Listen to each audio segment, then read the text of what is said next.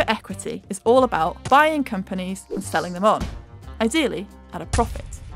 But with markets in turmoil and the economy struggling, more and more private equity groups are turning to a new solution. They're selling companies to themselves. Here's how it works.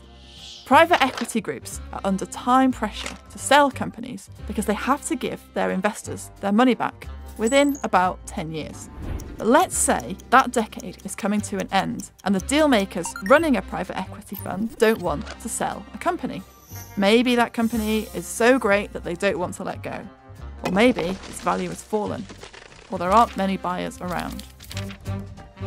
So, if you're a private equity group, you create a new fund which you control. And then you sell that company, or even a handful of companies, from your old fund into that new one. You use the proceeds of the sale to repay the investors in the old fund, unless they want to roll over and become investors in the new one. Clayton, Dubilier & Rice sold Belron, a windscreen repair company, to itself in this way.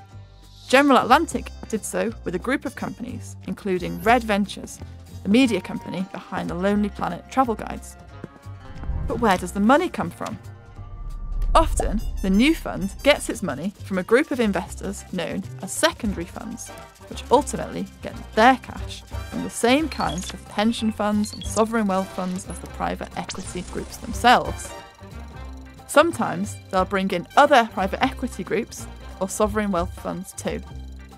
In fact, a lot of private equity funds themselves run these secondaries businesses, including big names like Blackstone, Carlyle and CVC.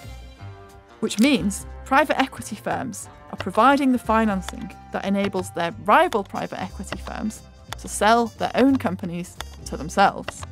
Supporters say these deals give private equity groups more time and let them hold on to good companies. But critics say it's a way for billionaire dealmakers to make more and more money in fees.